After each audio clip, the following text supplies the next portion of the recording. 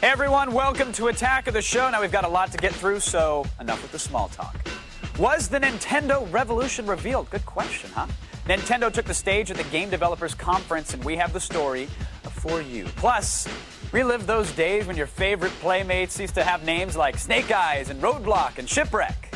Yeah, the G.I. Joe Collectors Club drives a tank down memory lane. And finally, Wizard Magazine, the Bible for comic book fans, once again unleashes their Wizard World Convention, and Fresh Inc.'s Blair Butler is on the scene. All this, plus an exclusive chat with V for Vendetta producer Joel Silver, Jimmy the Geek on the NCAA tournament, and a live performance by Anne Boleyn. You got it? Good. It's Attack of the Show. Pick up on this.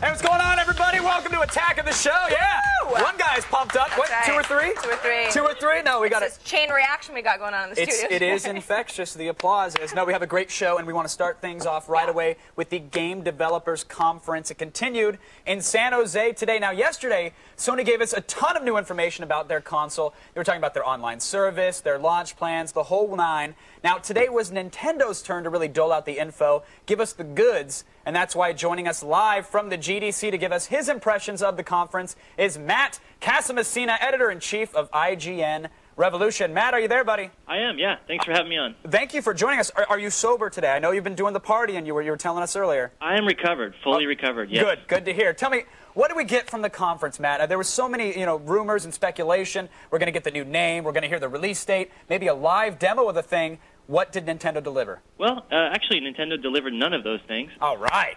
So yeah, people were a little disappointed, but that's still not to say that it was a complete disappointment. We didn't walk away with anything. I mean, I'm sorry, without getting anything at all. Sure, they did give us some. They gave us some details, particularly about the online service. They gave us a little bit, right? They did, yeah.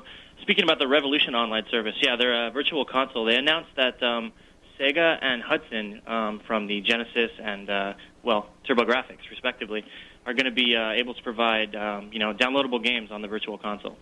So perhaps basically you're going to see a lot of Genesis and a lot of TurboGrafx games on that thing. Very nice, and that's in addition, of course, to the entire NES library, the Marios and the Punch-Outs and the Metroids, etc. Right? Right. Yeah, NES and Super NES and N64. So it's a pretty good library. And also, in speaking to Nintendo, they told me that it wasn't just going to be Sega published and Hudson published games.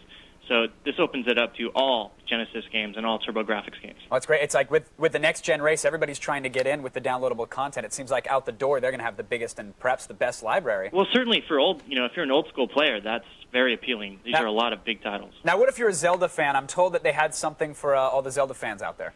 They did, but it unfortunately wasn't a demo of the Revolution-enabled version. In fact, we saw the unveiling of the DS game, which everyone's been hotly anticipating, and that is the... I think it's called the Phantom Hourglass, if I'm not mistaken. And yeah, it's really nice-looking little DS game that kind of looks quasi-Wind Waker-esque. It's like a Wind Waker meets Animal Crossing almost. Right, in the presentation. It's actually looking like a pretty hot engine. And, you can see already in videos, and they actually released footage, that it's really making use of the touchscreen, and it's looking like it's going to be a very solid adventure game. Now, where does Nintendo? Do they see themselves fitting in the next console race as first place, as everybody's second console? As some people have speculated, they want to be in the past. Was Nintendo kind of clearing up the air about what their strategy is for the upcoming war? Yeah, Nintendo President Iwata, he actually mentioned this, that Nintendo is not going to be running from any fights. And really, what Revolution is just a vastly different approach from the competing consoles. And that's not to say that it's bad, because really, Nintendo's invested so much in this controller, and it does present a lot of new possibilities where gameplay is concerned. And it's going to be a cheaper console right off the bat. So I think Nintendo is planning to hit a market that neither Sony nor Microsoft can, simply because their consoles are, they're going to be more expensive and more complex. And Revolution has the potential to grab all types of gamers, and we talk about the mainstream, but we usually don't know what that means. Mainstream is everybody, including old grandmas. And Nintendo thinks it can hit that crowd with Revolution. Yeah, judging by the little demo video, of course, it looks like anybody can enjoy the simple motion. Now, what about E3, though? Do you think people will have their chance to get their hands on the hardware? Absolutely. It's 100% confirmed. Revolution will be at E3 and fully playable, and there will be lots of games from what we're understanding. Just speaking to third parties, I know of several big games that are coming to the console. And Matt, is there any chance you're going to pick up a Revolution when it launches in the States? Yeah, there's a slight possibility that will happen, yes. I figured there would be. I will let you get back to the drinking and the gaming, my friend. Thank you so much for joining us and sharing your insight, Matt. Yeah, thanks for having me. Thanks.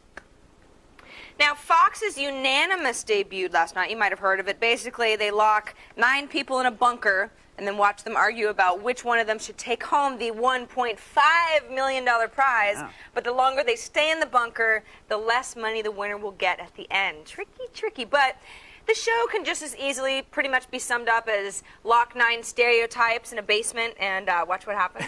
Yeah, so to help you save time while talking about the show, here's our handy guide to the cast of the show. All right, so we'll start off with Jonathan. Jonathan is the womanizer.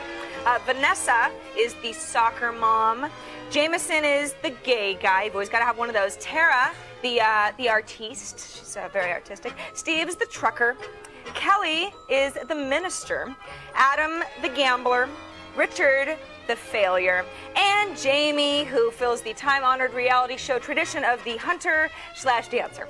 Yeah, on the first episode, the womanizer has already lied about having cancer to get some sympathy from the others, so you can imagine where it goes from there, Kevin. Yeah. In fact, I'd recommend you just imagine it and cancel the season pass. No need to watch that. You want to do the sound effect one more time?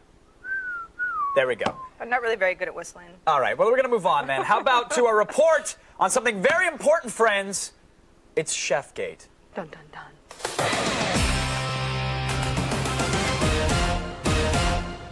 All right, yeah, last night, we've been waiting for it all week. It was the premiere episode of South Park's 10th season, The Return of Chef. And as you know, Isaac Hayes, who usually does the voice of Chef, he quit over concerns about religious intolerance. So he wasn't actually around to provide his voice talent. So instead, it's pretty clever, the South Park animators just used clips of him from old episodes, and then they raked him over the coals. Here's what went down in case you missed it. Chef joins the Super Adventure Club. Then Chef starts propositioning the children of South Park for sex. Ouch. Yeah, then a mob chases him to a suspension bridge. Chef falls off as the bridge spontaneously combusts. He gets mauled by a mountain lion, then a bear, and everybody in the Adventure Club shoots him as well. Then Chef is later revived by the Adventure Club as Darth Vader. So to recap, Hayes' character got killed 3 different ways, and they didn't even need him to do the voice. So I think it's suffice to say that Isaac Hayes, yeah,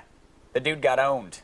It happens. Sorry, buddy. Although, to be fair, at his funeral, Kyle did say that we should be mad at Chef, but rather we should be mad at the fruity little club that scrambled his brain. I have no idea who they're talking about. I don't know where they get these things. The South Park kids just taking them out of thin air. Some fruity club ruined their friend. Yeah. Happens. Brutal. Oh, hey, we're taking your relationship calls today. That's right. The number is 800-839-7880. And, of course, you can always email us through our web form at attackoftheshow.com/askus and chat with us at chat.g4tv.com. Coming up after the break, our resident comic book expert, Blair Butler, gets out of the studio and heads to the Wizard World Convention. We'll have her report next. Did you let her out? Yeah.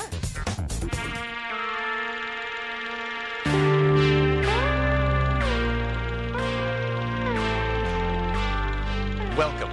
I am Dr. Jay Hopkins, and this is another Lost viewer orientation. Let us begin with last night's episode. Episode 216, The Whole Truth. First incident. In a flashback, we learn that Sun and Jin had difficulties conceiving a child. Back on the island, Sun begins feeling faint and nauseous and asks Sawyer for a pregnancy test. The test, it is revealed, was manufactured by Widmore Labs. This is the same name as Widmore Construction, a company seen in one of Charlie's flashbacks. Considering that Michael was a construction worker, perhaps this hints as to why Walt was kidnapped by Dharma. Next incident. Locke and Jack release the mysterious prisoner Henry Gale from his makeshift prison in the hatch and offer him breakfast.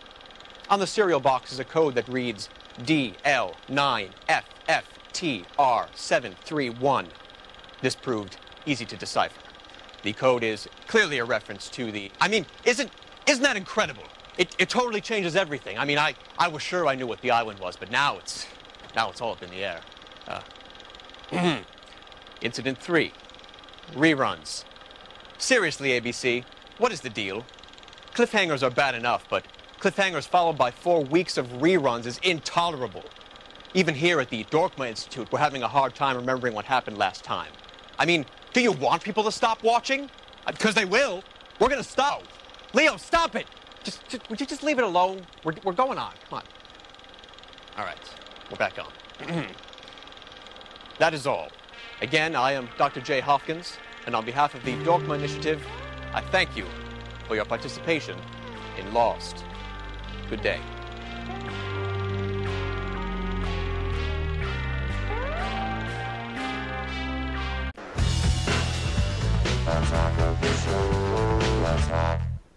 You know, every once in a while, Fresh Ink just needs to get out for some fresh air. So we sent our comic book guru, Blair Butler, to Wizard World Los Angeles 2006 to frolic with the funny book fans.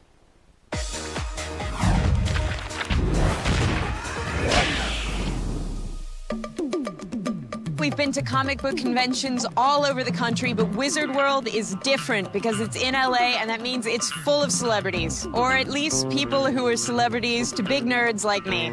Wizard World is also different because it's presented by Wizard Magazine. This is the biggest comic book magazine in the industry, and it's kind of like Playboy for nerds, except the centerfolds are men in really snug spandex. This is Mr. December. His name is Superman. His pet peeves include kryptonite and bald men who kill. Wizard World is mecca to the magazine's thousands of readers, and as we discovered, many of them dress a little differently. I noticed that you have you still have some machinery coming out of you. The lighting is surprisingly festive down there. Looks like Wolverine's having Christmas in his pants. Well, I like that you have like super bling. Why, thank you. Do you read Wizard Magazine? Oh, yes, every month. Do you read it for the articles or for the centerfold, if you know what I mean? You know, it's been a lifelong dream to appear on the cover of Wizard Magazine. I have no idea whose arm that is. The best part of any comic book convention? The comic industry's biggest names are ready and available to speak to the lowly and often annoying fans like me. All right, I am here with Damon Lindelof, co-creator and executive producer of Lost, and more recently, author of Ultimate Wolverine vs. Hulk. First question I have to ask you, how did you come up with the great Hulk ripping Wolverine in half? As soon as Joe Quesada said they wanted to do an Ultimate book that was called Hulk vs. Wolverine, I said, can I rip him in half? What's the craziest Lost theory you've heard so far? My mother thinks that all of this is happening inside the dog's head. Does it feel good to finally have the legitimacy of comic book writing? I must admit, the pathetic glee that I have in sitting in a booth like this and signing a comic book that I've written is much more exciting than the show. But don't tell anyone. I mean, I know we're standing in front of a camera. I'm here with Brian Posehn. He's been on Mr. Show, Comedians of Comedy, and now he is the co-author of a new comic, The Last Christmas. Can you tell us a bit about it? It's a funny book where the apocalypse happens and Santa Claus is alive, and he starts to deliver toys to kids that still believe in him. Is there anything that you want to say to all the big nerdy fans? Keep playing games and keep buying comic books and start masturbating less. The great thing about LA is that sometimes you run into celebrities who are just trying to escape the building. What was the allure for you to do the comics? I know you'd done Frey for Dark Horse and a lot of the Angel and Buffy stuff for Dark Horse. What brought you over to Marvel? I grew up on Marvel as much as anything in the world. X-Men is where I learned to write, so there was no way I couldn't take that job. And up next for you is the Wonder Woman movie. How's that going? I just finished the script, and so they'll tell me how it's going. Can we get any casting tidbits? It'll be a woman. It's been a great day at Wizard World LA, and looking back on it, I realize that I'm the shortest freaking person here.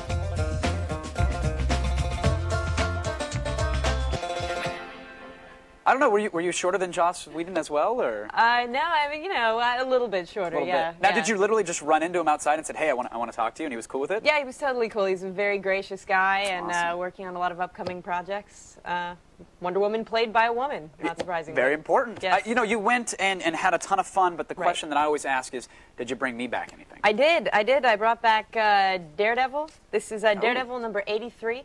I'm bending the spine right now, so That's okay. a nerd That's okay. faux pas. So now, when they make a comic out of a movie, you know, featuring Ben Affleck, do they Right. do they do it in his presence? Because he was amazing in that. I didn't know they turned this into a comic. Listen, forget all about the movie. The reason that I brought this issue along is because this series has had a major reboot recently, and Daredevil is in jail. He's in prison. Yes. It's a new storyline. It's done by Ed Brubaker and Michael Ark, and Brian Michael Bendis sort of wrote this character into a corner. And it's a great corner, and these guys have really picked up the ball and started running with it, and it's a cool storyline. And it's like he's in prison with all his enemies, and he's got to fight to stay alive. And it's just really good stuff, and there's also someone pretending to be Daredevil right now. And it also killed off one of the biggest characters in the Daredevil series, Foggy Nelson. He's dead, and it's all Daredevil's fault. Now, well, what's the verdict on this one? I mean, I liked it. It was kind of gritty, and it's definitely, it seems like they're trying to kind of reclaim the Daredevil character. Right. But what is your take? I say it's a buy. I think this is really cool if you're sort of new to Daredevil or if you didn't really enjoy the Bendis stuff. This is sort of a new chapter. It's really exciting, and I'm a big fan of it, so I say buy. Okay, can I take it from you now, Blair? Yes. Please? Don't bend it too much. I won't, I promise. Thank you very much for coming on and for You're bringing me welcome. the Daredevil. Everybody, still on the way. The NCAA tournament will get even sweeter once you hear Jimmy the Geek's picks. Plus, the G.I. Joe Collectors Club, well, they're going to take us back to our tiny, plastic, multi-articulated past. Yeah! Stick around. Attack of the show, baby. Attack.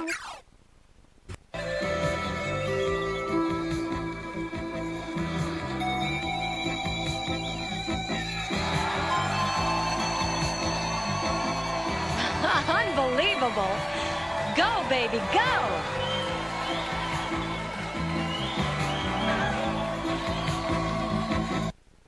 Yeah, you know, for any male born between the 1970s and this afternoon, one toy property and one toy property alone stands head, shoulders, and kung fu grip above the rest. Of course, talking about G.I. Joe, and here to return us to our backyard battlefields is Brian Savage, the director of the G.I. Joe Collectors Club. Brian, welcome to Attack of the Show. Glad to be here, Kevin. There is some attacking going on. We'll get to it in a second. Okay. I have to ask, like, what is the deal with G.I. Joe? I mean, it is so popular. Is it because of the kung fu grip, or is it just because of the nostalgia factor at this point? Well, G.I. Joe, first of all, has been a great toy for over 40 years. Sure. And it means a lot of things to a lot of different people because he's been tried to change with each generation to be relevant to pop culture and what's going on that day and time. So it's a little bit of everything. It's the persona, it's the characters, and it's all really about the toys. Yeah, for my mother, it meant stepping on giant green plastic missiles. Or all over taking the them house out of yelling. the vacuum cleaner. Exactly. She hated both of them. I mean, now how has G.I. Joe evolved? Because it has been around so long. And so, like, what we've got here, this is a replica of one of the originals, right? Yeah, that's from 1964. G.I. Joe started in the 12-inch size.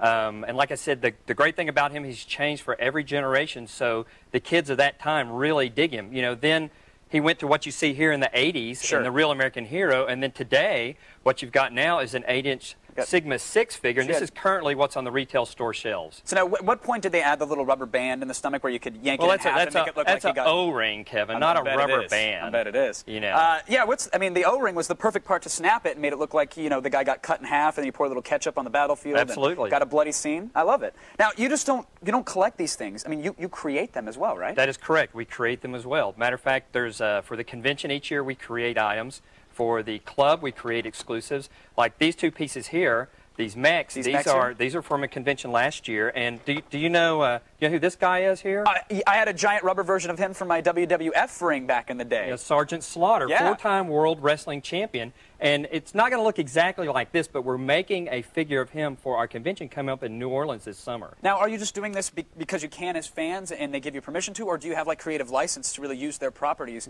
and create, you know, G.I. Joes of your own? We have creative license. We're under license for Hasbro for not only for the club, but for anything that we produce. So That's great. They have to approve everything, but we get to kind of pick and choose what we want to do. And so these one-offs are kind of the collectible items then Correct, for the correct. conventions. Mhm. And so their value must be huge then, right? Well, it changes. You know, it depends on what the popularity. But sometimes they go way up. Sometimes they stay about where they are. But you know, I've been asked, can you tell me what's going to be valuable in the future? And I say, well, you know, got to have a crystal ball for that, so you never know. Of course. Well, now, I mean, I'm looking at this battlefield here, and I remember the commercials of the kids busting the tank through the bricks, and it's like, oh, got to get the Cobra Command Center, and then you put it at the top of the stairs, and Mom's vacuuming in the background, and it's like, you know, the chopper flying out of the bathroom is not as cool as it is on those commercials. You guys are recreating entire battlefields. Is this just to show off the collection, or is this for something that you bring for shows for like judging and stuff? Well, when we do the conventions, we do have contests. Not only do we do giant displays of convention figures, but we have contests and people build their own dioramas. It's kind of part of G.I. Joe. Again, some people like the modeling aspect. They want to take that O-ring and change the legs and change the arms. And others, you know, just want the toys like they are, while others like the cartoon and the comic book. So it's a little bit about everything. Yeah, there's something for everybody. What do we have on display here? Well, like, take me through, like, maybe some. Well, what we've got here is pretty much all this stuff's been made in the last 5 years. A couple of pieces a little older, but this is Cobra Mountain. He's being guarded by 2 convention mechs here. There's some Iron Grenadiers that these guys were from a convention set here, and then we have a Crimson tank in the center. Now, this is the same shell that they've used for other tanks, right? Just kind of repurposed. And they like to do that a lot. They'll take a vehicle that was a Joe vehicle, redeco it, spiffy it up, and make it a Cobra vehicle. You know, because Cobra always gets the neat uniforms. You know, they win the uniform war all the time. Of course. I just want to push this thing and make little vroom sound effects, but I'll stop myself. Okay. Finally, what do we have on the end here? Because this looks much more modern. Right. This is a little more modern. These are Joe vehicles. Over here, we've got a Rhino Transport and a Humvee. And again, you know, sometimes the vehicles are interchangeable from each side, but that's the great thing is you can redeco it, you can make it look different, and it's then totally something else. Well, Brian, I completely understand the fascination that everybody has. I still love it. I know you love it as well. Thank you for coming on and sharing it all with us. All right, I really appreciate it. Everybody, we are giving away a bunch of G.I. Joe loot for the lucky folks in the chat room and the G.I. Joe Collectors Convention. It happens in New Orleans, June 29th through July 2nd, and for more information on that, you can visit GIJoeClub.com. But stick around, because after the break, if it's breaking news, we'll have it in the feed. And Jimmy the Geek brings us picks for the NCAA Final Four. You don't want to miss it. Stay tuned. We're saved, guys. It's the Cow Cavalry. We thought you were done for. If you had to play cowboys and cobras, couldn't you have done it on horses? Very hilarious, but when we hit the Pyramid of Darkness, we had to improvise. Do us a favor, Wild Bill. Milk our ponies and bring us a glass. Huh? Hello, everybody. Welcome back to Attack of the Show, the livest hour on cable television. Still on the way, we have an exclusive chat with V for Vendetta and the Matrix super producer Joel Silver. Plus, Jimmy the Geek has an inside line on who's making it to the NCAA Final Four. And it's Live Music Thursday presented by Dentyne Ice, which means a live performance by Anne Berlin. But before all that nonsense, let's get down to the news. Here's Sarah Lane. And now today's news in the feed.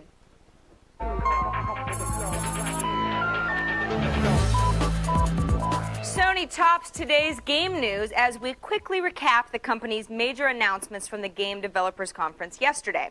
Sony Computer Entertainment Vice President Phil Harrison said the new console will offer full backwards compatibility with PlayStation 2 games and support region-free play. Harrison promised a new controller designed by May, most likely at E3, and gave a short demo of the God of War sequel for the PS2.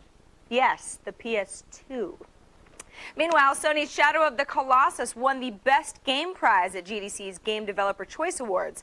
The mythic adventure game beat out Animal Crossing Wild World, God of War, Guitar Hero, and the movies for the top honor. In movie news, Winona Ryder's topless scene in the upcoming film A Scanner Darkly is not what it seems. Mike Stovall, a designer and animator for Richard Linklater's rotoscoped adaptation of the Philip K. Dick novel, says the actress actually wore a sports bra for her quote-unquote topless scene. Animators then enhanced her image in post-production. Damn it. And New Line Cinema has sent director David Ellis back to the studio for 5 days of reshoots for Snakes on a Plane. That's right, the goal is to bump the movie from a PG-13 to an R rating in response to the intense fan reaction the movie has already generated. In other news, PayPal is now available in takeout form. The funds transfer service has launched PayPal Mobile, which lets users send and receive money through text messages. But you'll need to text a lot of zeros if you're in the market for a new Camaro. Custom auto shop Baldwin Motion is offering limited edition big block modifications of a 1969 Camaro with up to 1,000 horsepower. The car is fetched around $169,000. It's very reasonable. And that's today's feed. Smoke them if you got them.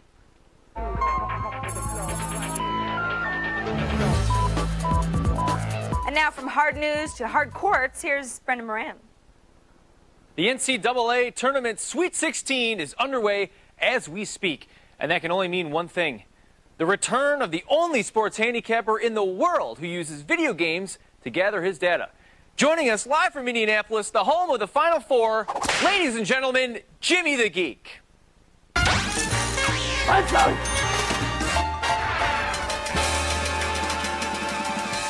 Jimmy, how are you? Been a long week, Brandy. I feel like I've been ridden hard and put up wet. Well, now that's just disturbing. Jimmy, it seems that so far you've had some hits and some misses. Yeah, Brandy, a little advice from Jimmy the stockbroker. When your IQ hits 50, you should totally sell, baby. But to your point, as predicted, Tennessee and Syracuse went away so gently that Dylan Thomas would have drank himself to death. Again! And that's the good news. As for the bad, those mid-majors are freaking killing me, baby. If I had a nickel for every single white trash, redneck, hick college that had a team event this week, I'd buy my 10-year-old that kidney she's been bitching about needing. Wholesale, baby. I see. Jimmy, why don't we just move on to what you got for us this week? All right, Brandy. Brackets are nice for the kids who go to school in the outside trailer. You know the kids I'm talking about. But I'm a bookie, and this is betting, and we're using lines, baby. Starting off with George Mason and Wichita State in a battle of Cinderellas. That spells catfight, baby. GM beat Michigan State and North Carolina, and believe me, they will show Wichita State a good time in the backseat of the car. End of discussion, baby. Take George Mason, giving 2 points to the Shockers. It's a soft line, and it's my, but baby, this is how I cuddle special of the week. George Mason to the Great Eight. What else you got, Jimmy? All right, West Virginia playing Texas, Brandy. 2 evenly matched teams from states that make New Jersey look like Shangri-La freaking Law. Look for a close game here, and that's music to Geek's wallet. West Virginia's getting a big 5, and that's way too much to pass up. It's my happy anniversary, Uncle Dad, special of the week. Quick, to the point, and insulting. Vintage Jimmy. What else you got, buddy? All right. Gonzaga versus UCLA, baby. Everyone has a thing for this Adam Morrison kid, not the Geek. My research shows that the last time I saw a mustache that ugly, some Greek stripper was trying to go after my last dollar. I kicked her to the curb. UCLA does the exact same thing to the Zags. Take UCLA, given 3 points. It's my, you got some dirt on your upper lip there, special of the week. Okay, Jimmy, and finally, what teams can the folks at home expect to see in the Final Four? All right, read them and weep, babe. Duke burns down Atlanta, Sherman style. Memphis becomes the only good thing ever to come out of Oakland. Connecticut steals the D.C. bracket like it's a laptop. And Boston College emerges from the city of the waters. Jimmy, a job well done. By the way, how is Indianapolis treating you? Yeah, treat me like a somebody, Brandy. Treat me like a somebody. Scored a game winner of my own last night with a cheerleader from Indiana. She was a real doll, baby. Body by Mattel, brains by Fisher-Price. Just the way Jimmy likes them. Jimmy, good luck this week. That is Jimmy the Geek live from Indianapolis. Now, stay put. We've got a live performance by Anne Berlin and an exclusive interview with V for Vendetta producer Joel Silver. Next. Eat is brought to you by the Honda Element, who invites you to stop by elementandfriends.com. All right, you know, this past weekend, V for Vendetta hit theaters and shot to #1 at the box office. But of course, the movie is really only part of the story. You know, we needed to dive a little deeper into it. And, recently we got the chance to sit down with Uber producer Joel Silver to do just that. But beware, though, if you haven't seen the movie, there's something wrong with you, and there might be a spoiler or two. You've been warned. Joel Silver knows how to make an impact at the box office. The super producer behind Lethal Weapon, Die Hard, and a little something called the Matrix trilogy. Yeah, he just recently blew our minds with V for Vendetta. The story is a volatile mix of political tyranny and violent revolution. And even though it was written as a graphic novel in 1982, it proved to be just as potent in 2006. People should not be afraid of their governments. Governments should be afraid of their people. Attack of the Show got a chance to dig a little deeper into the controversy surrounding the movie with the man himself. It's a mythical time. I mean, yeah, the buildings are the same in England, and the accent is the same, but it's a different world. If our own government was responsible for the deaths of 100,000 people. It's a totalitarian regime that really has never existed in England, so the time is different. So it's not really a terrorist per se. He's a revolutionary. He's trying to bring down the government. Oh, not tonight. Those who are responsible will be held accountable. When V creator Alan Moore publicly demanded that his name be removed from the film, rumors circulated that the production might be in some trouble. We took his name off. It was a shame, but we did. I thought he would be supportive of this, but he wasn't. It's very close to the story. It begins the same way, it ends the same way, the middle is the same in many ways. He just has a feeling he does not want to be involved in any movies based on his material. The film's climax hinges on a subway train full of explosives, an element that forced the film to delay its release following the 2005 London subway bombings. It was a horrific act, the subway bombings, but it doesn't really affect the movie per se. When the subway bombings occurred, they were a terrorist act against civilians. It's a different situation. Yes, there is a subway and it has bombs on it, but it's designed as a delivery system to destroy an empty building. You have one chance. You must tell us the whereabouts of Codename V. In some ways, it feels better now than it did then. But changes did have to be made, most notably to the graphic novel's conclusion, in which the character of Evie, played by Natalie Portman in the film, dons V's mask and carries on his legacy. There was a lot more great stuff in the comic book that we had to lose. We focused on the Evie-V relationship. That's what the core of the comic book was anyway, but we made that the core of the story. We felt that the perfect ending was this ending, which is essentially V says to her, the new world tomorrow that will exist is a world that he can't be part of. In the story we can play that she does become V, but it seemed really effective to end it how he ended it. Kill him. I think it's a good time to make a movie like this. I think people are intrigued by it and people seem to be enjoying it.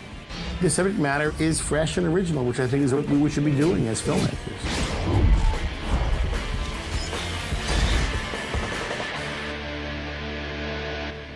V for Vendetta is in theaters everywhere right now, and for even more insider information, you can tune in to G4 tonight at 11 p.m. for a special presentation of V for Vendetta, Behind the Mask. Like that? That's the mask. We're going behind. It's a behind-the-scenes look at one of the best movies so far this year. If you miss it tonight, though, it'll also air this Saturday at 4:30 p.m. and again at 11:30 p.m. Kevin, I know what we like to do on Thursdays. Take a few relationship calls, give some advice. You like dish it out. So let's do it. Okay. We have people on the phone. Joshua's on there right now from Orlando, right? Joshua? Hi, Joshua. What's going on, buddy? Hey, guys. I was wondering, how can I get girls to be attracted to my extremely skinny body?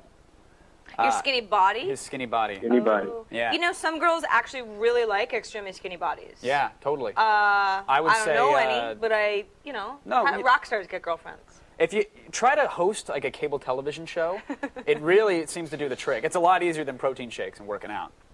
Yeah, Kevin's got game.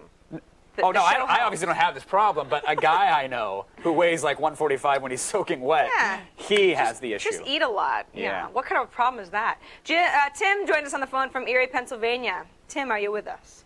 Yeah, I'm here. How's it going? I'm pretty good. How about you guys? We're good. We're excited to have you on the phone, Tim. All right, yeah, woo! Yeah, there we go, All right. I was checking for a pulse there. I was checking for a pulse, Tim. What do you got? You got a question for us? Yeah, I was wondering, what can I do to ensure a home run on a first date? Buy a hooker. That is a tried and true method. I mean, optionally, show her the size of your G.I. Joe collection. Ooh. That gets them every time. You know, if you would have done that on our first date, I would have gone to bed with you. I know. I thought you were In a hooker. hindsight. That's why I'm just like, I thought it was a done deal. And I took the money. I know you did. It was very confusing and for I you, even though. pointed to the bleachers. I Yeah. got nothing. Oh, well. And we're still friends. Still are. Seriously. Coming up after the break, we have a live performance by the band Anne Boleyn. Stick around, everybody. It's going to rock.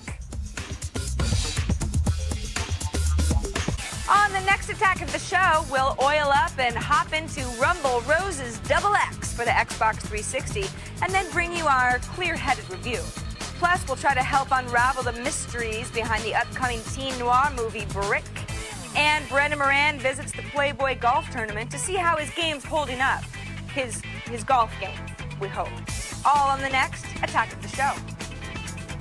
And now, please welcome to Attack of the Show, Anne Boleyn.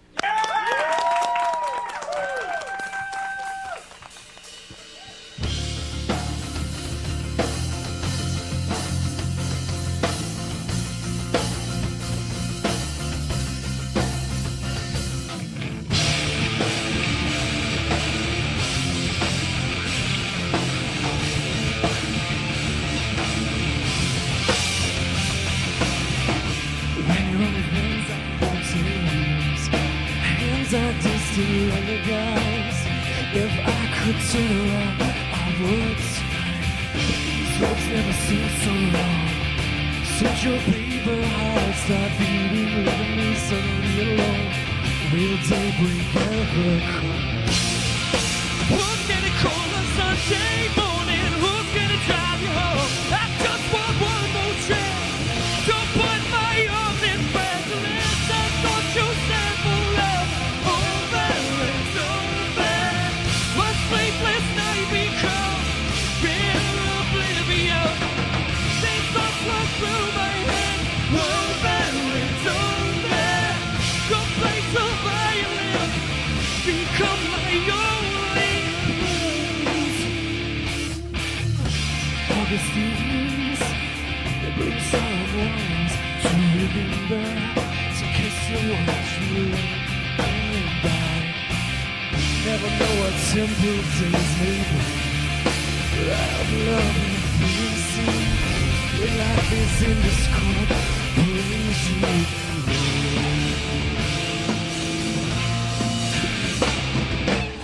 Who's gonna call on Sunday morning? Who's gonna drive you home? I just want one more chance. Don't put my arms in fragile hands. I thought you said forever.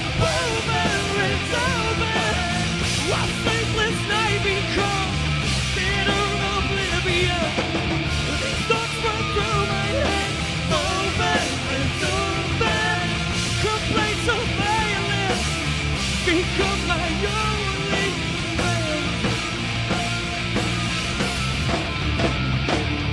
friend. My only friends.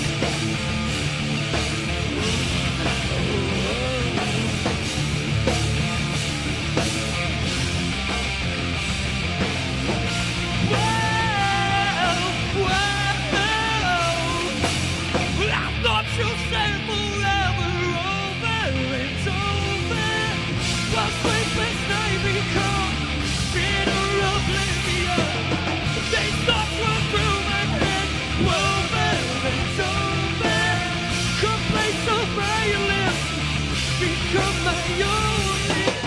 I thought you said forever, over and over. These thoughts run through my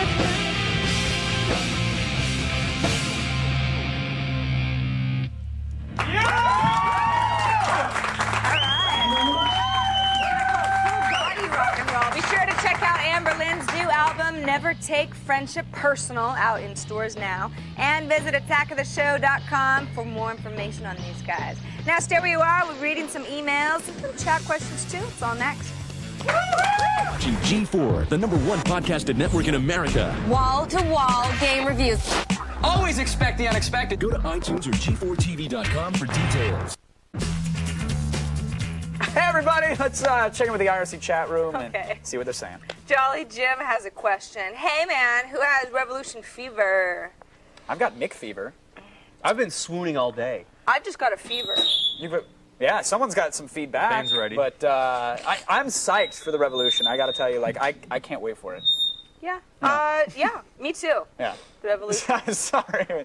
Yeah, Sorry. Very excited for it. The It's all band good. wants some attention. No, they rock. They're still rocking out. Yeah, That's they're good. going to rock a little bit later. Okay, but well, let's first, get to a it. question from Everett11. Hey, guys, did South Park go too far in the Chef episode? No. I assume you mean this last Chef episode. You think they did, didn't you?